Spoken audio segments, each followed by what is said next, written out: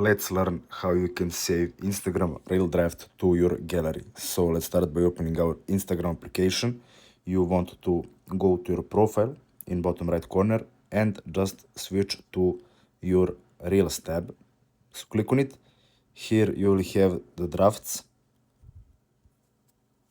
You want to open your Reel drafts and click on this pencil icon.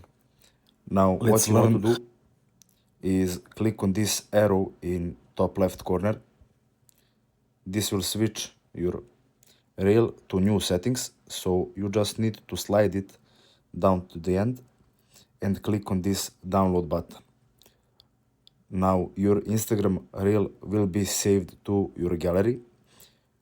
And before I end the video, what you need to know is that if you are using Instagram music from Instagram library, basically licensed music, when the draft is downloaded, you won't have Instagram music on your video in your gallery because Instagram library is only available if you post your reel on your Instagram. So video will be saved without a sound, and let's check the photos. As you can see here, our video is downloaded and saved to gallery. So that's it. Thanks for watching and see you in the next video.